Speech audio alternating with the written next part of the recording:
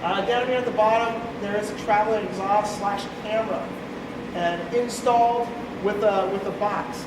You don't have either one of those, so do not have those checked. That changes motor speeds to compensate for auxiliary different weights that are added to the gantry system. Is there exhaust built into the arm there? Or is that an option? That's an option. You didn't pay for it? No, that's an option.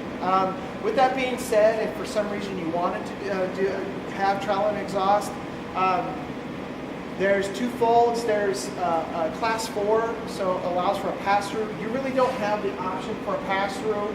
That's if you have large sheet material that you're going to feed through the sides.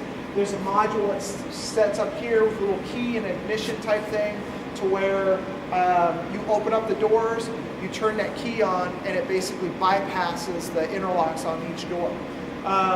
With that being said, if you get class 4, have to have a travel and exhaust. The opposite side of that is just real quick, is if you have travel and exhaust, you don't need the class 4. I was just putting that out there, is if you upgrade, because these are like Jeeps, you can add to them like a Lego set. And if you get the class 4, you would have to have travel and exhaust. So where does the exhaust come from?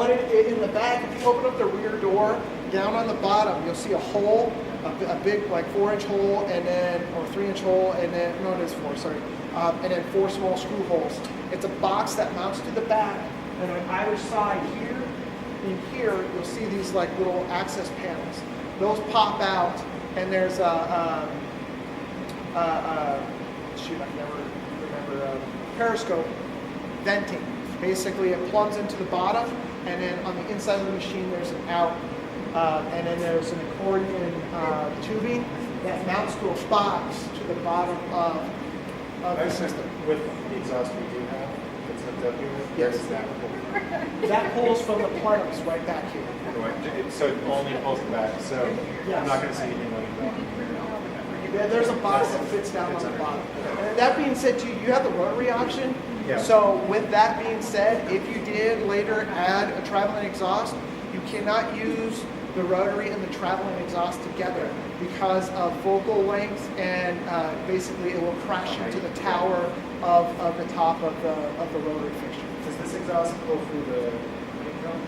It does. So there's an open back to the Even though we don't honeycomb, have the traveling and then exhaust. in the back plenum, there's 2 cutouts. We removed those plates so you can put the cutting table in and out. Yeah. If you don't have the cutting table in, you don't necessarily need to put those plates back in because they're kind of a hassle.